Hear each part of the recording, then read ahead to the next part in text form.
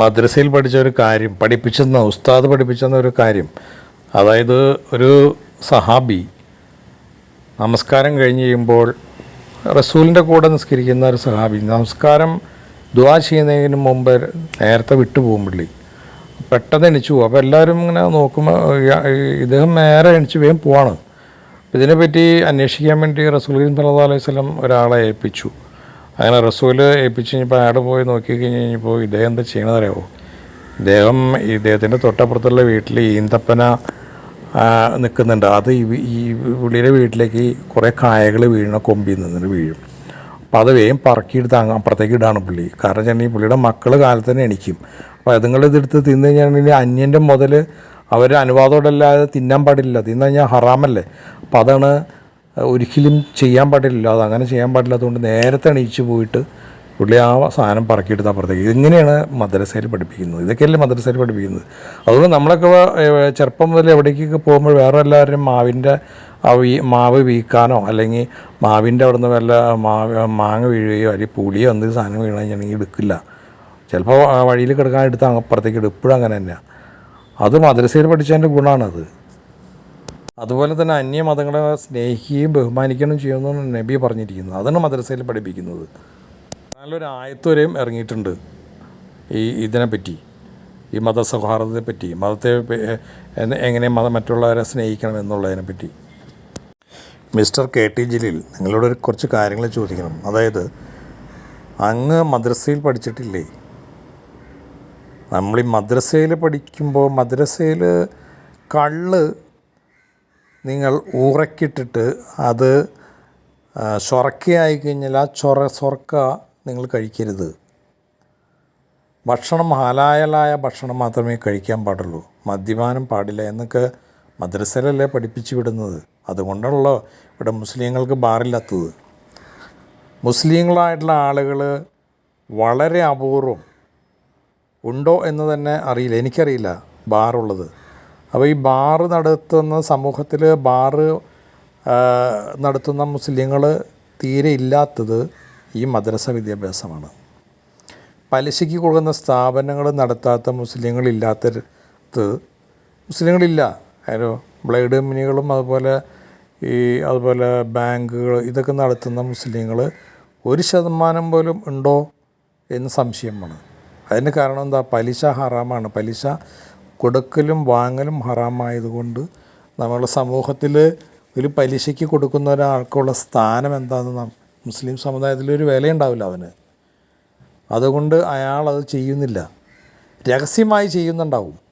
കാരണം ആരും അറിയില്ല എന്നുള്ളത് കൊണ്ട് അങ്ങനെ ചെയ്യുന്നു. അത് എന്താ പരസ്യമായി ചെയ്യാത്തത്? ഇതുപോലെ മറ്റുള്ള സമുദായങ്ങൾ പരസ്യമായിട്ട് അവർക്കൊരു വിഷയമല്ല. അവരുടെ സമുദായത്തിൽ ഇപ്പോൾ ഒരു ഫൈനാൻസ് കമ്പനി തുടങ്ങുന്നതിനോ ഒരു ബാർ ഇടുന്നതിനോ അവർക്ക് മെജോറിറ്റിയാണ്. ഒരു ബാറുള്ള ഒരാൾക്ക് മറ്റൊരു സമുദായത്തിലൊരു മെജോറിറ്റിയാണ് ഉള്ളത്.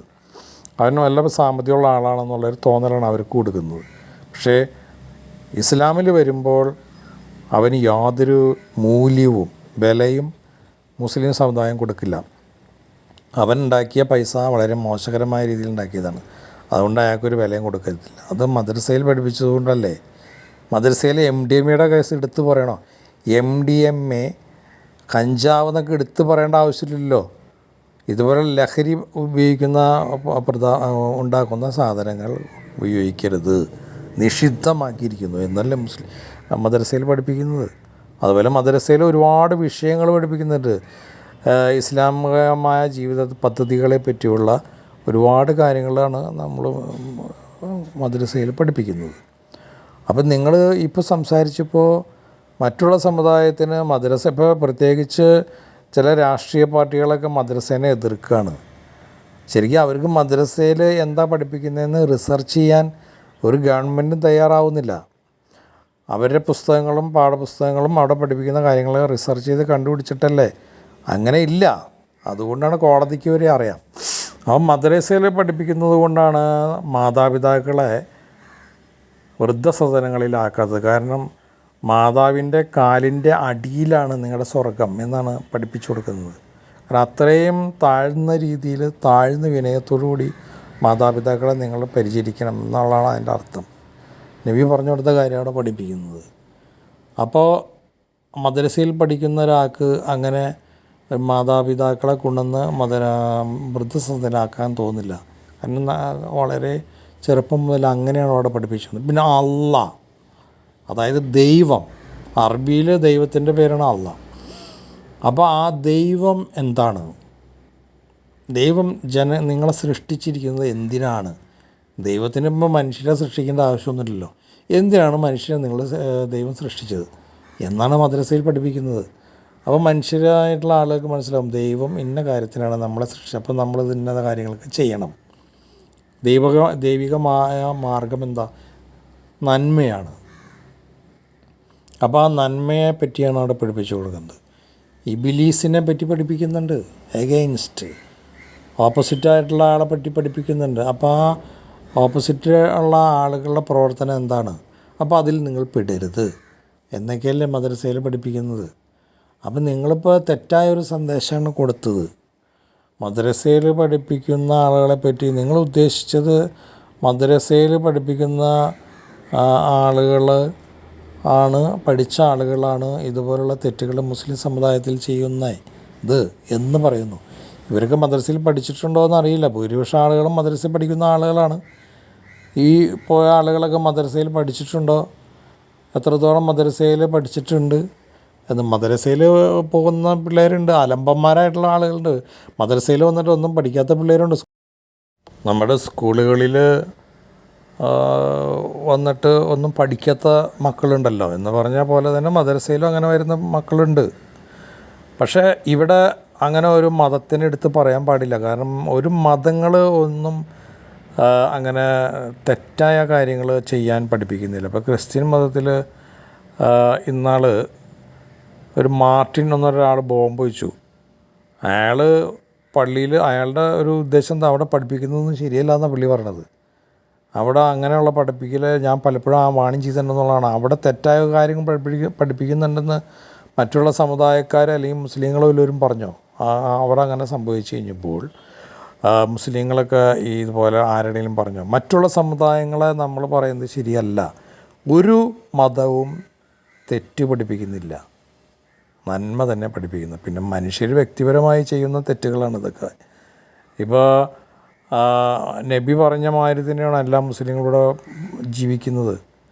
നബി പറഞ്ഞത് എന്താ, അതുപോലെ ജീവിക്കാൻ പറ്റില്ലാത്തതുകൊണ്ട് അവരെ മദ്രസയിൽ പഠിച്ച ആളുകൾ തന്നെയാണ് നബി പറഞ്ഞ കാര്യങ്ങളാണ് മുസ്ലിങ്ങളെ പഠിപ്പിച്ചത്.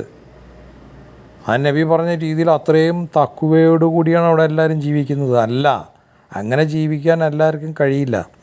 പിന്നെ ഇതുപോലുള്ള ഉപദ്രവങ്ങൾ ചെയ്യുമ്പോഴാണ് പ്രതികരിക്കുന്നത് നമ്മൾ. ആരും മറ്റുള്ള ഈ ആളുകളെ ഉപദ്രവിക്കുകയും അതുപോലെ തെറ്റായ പദാർത്ഥങ്ങൾ വിൽക്കുകയും ഒക്കെ ചെയ്യുമ്പോഴാണ് ഇതുപോലുള്ള പ്രതികരണങ്ങൾ ഉണ്ടാകുന്നത്. അത് മതത്തിൻ്റെ കുറ്റമല്ല, അത് വ്യക്തിപരമായ തെറ്റാണത്. ഇപ്പോൾ കള്ളുടിക്കരുതെന്ന് ഒരാളോട് പറഞ്ഞിട്ടാണ് പഠിപ്പിക്കുന്നത്. അവൻ പോയി കുറച്ച് വലുതായിക്കുമ്പോൾ കള്ളുടിച്ച് കഴിഞ്ഞാൽ നമുക്ക് മദ്രസേനെ തെറ്റ് പറയാൻ പറ്റുമോ? അല്ലെങ്കിൽ ക്രിസ്ത്യൻ ദേവാലയങ്ങളിലും ഇതുപോലെ തന്നെ പഠിപ്പിക്കുന്നത്. അവിടെ അവൻ തെറ്റ് ചെയ്ത് കഴിഞ്ഞിട്ടുണ്ടെങ്കിൽ എന്ത് ചെയ്യാൻ പറ്റും? പിന്നെ നമ്മുടെ ഈ ഇസ്ലാം മതവും മറ്റുമുള്ള മതങ്ങൾ തമ്മിലുള്ള വ്യത്യാസം വെച്ചാൽ ഇപ്പോൾ ക്രിസ്ത്യൻ മതത്തിൽ കള്ളു കുടിക്കുന്ന ഒരാൾ അയാളെ കാണുന്ന മാതിരി അല്ല ഇസ്ലാം മതത്തിൽ കാണുന്നത്. ഇസ്ലാം മതത്തിൽ അവന് യാതൊരു മൂല്യവും കൊടുക്കില്ല. അപ്പോൾ അതിൻ്റേതായ ചില വ്യത്യാസങ്ങളുണ്ടെന്ന് മാത്രമേ ഉള്ളൂ. പക്ഷേ ഒരു മതത്തിൽ അങ്ങനെ പറയാൻ ഒരു മതങ്ങൾ തമ്മിൽ മുസ്ലിങ്ങൾ ക്രിസ്ത്യാനി ഹിന്ദുക്കളെയും മുസ്ലിങ്ങളെയും പറയുന്നത് ശരിയല്ല. പക്ഷെ നിങ്ങൾ പറഞ്ഞ ഈ സന്ദേശം വളരെ തെറ്റായിപ്പോയി. ഇത് ഇങ്ങനെയല്ല അത് പറയേണ്ടത്. നമ്മൾ മുസ്ലിം യുവാക്കളും ഇതുപോലുള്ള പ്രവർത്തികളിൽ ഏർപ്പെടുന്നുണ്ട്. അതുകൊണ്ട് പണ്ഡിതന്മാർ കൂടുതലായി നമ്മുടെ സമുദായത്തിൽ ഇടപെടണം എന്ന് പറയാം.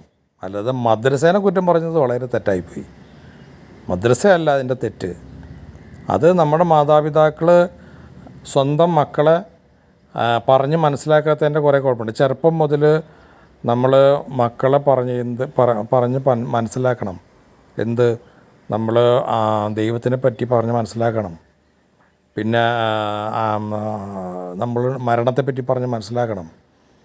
നമ്മളെ എങ്ങനെ തെറ്റായി സമ്പാദിച്ചാലും കാര്യമില്ല, ഒരു ദിവസം മരണപ്പെട്ടു പോവും. അതുകൊണ്ട് നമുക്ക് ജീവിക്കുമ്പോൾ നമ്മൾ നല്ല രീതിയിൽ ജീവിക്കണം എന്ന് നമ്മുടെ മക്കളോട് നമ്മുടെ വീട്ടിലൊരു മീറ്റിംഗ് വയ്ക്കണം. എന്നും ഭാര്യയും മക്കളും ഭർത്താവും കൂടിയിരുന്ന് വർത്തമാനം പറയുന്ന ഒരു ടേബിളിൽ നിന്ന് വർത്തമാനം പറയുന്ന ഒരു സമയം കണ്ടെത്തണം. അപ്പോഴൊക്കെ ഇങ്ങനെയുള്ള കാര്യങ്ങൾ പറയണം. പിന്നെ ഇടയ്ക്ക് അവരോട് അല്ലാതെ ഇതുപോലുള്ള ഏറ്റവും വലുത് ദൈവമാണ് നമുക്ക് എല്ലാ കാര്യങ്ങളും ചെയ്തു തരുന്നതെന്നുള്ള ഒരു വിശ്വാസം അവരിൽ ഊട്ടിയുറപ്പിക്കുന്ന രീതിയിലുള്ള സംസാരങ്ങൾ നമ്മുടെ വീടുകളിൽ ഉണ്ടാവണം. അതിന് ഗുരുക്കന്മാരെ പഠിപ്പിക്കുന്ന ആളുകളെയും അതുപോലെ മതവിദ്യാഭ്യാസ കേന്ദ്രങ്ങളെയും പറഞ്ഞിട്ട് കാര്യമില്ല. ഒരു മതവിദ്യാഭ്യാസ കേന്ദ്രങ്ങളെയും പറഞ്ഞിട്ട് കാര്യമില്ല. ഇനി തെറ്റായ കാര്യങ്ങൾ പഠിപ്പിക്കുന്ന ഒരു മതവിദ്യാഭ്യാസ കേന്ദ്രം ഹിന്ദുക്കളിലോ ക്രിസ്ത്യാനികളോ മുസ്ലിങ്ങളിലോ ഉണ്ടെങ്കിൽ അത് അടച്ചു പൂട്ടണം. അത് നമുക്ക് തെളിവ് വേണം അതിന്. അതാണ് ചെയ്യേണ്ടത്. ഇത് തെറ്റായൊരു സന്ദേശമായി പോയി താങ്കൾ പറഞ്ഞത്. നമ്മുടെ രാജ്യം വിവിധ മതങ്ങൾ കൂടിച്ചേർന്നതാണ്. അപ്പോൾ ഒരു മതങ്ങളെയും വ്രണപ്പെടുത്തുന്ന രീതിയിൽ നമ്മൾ സംസാരിക്കരുത്. അത് ശരിയല്ല.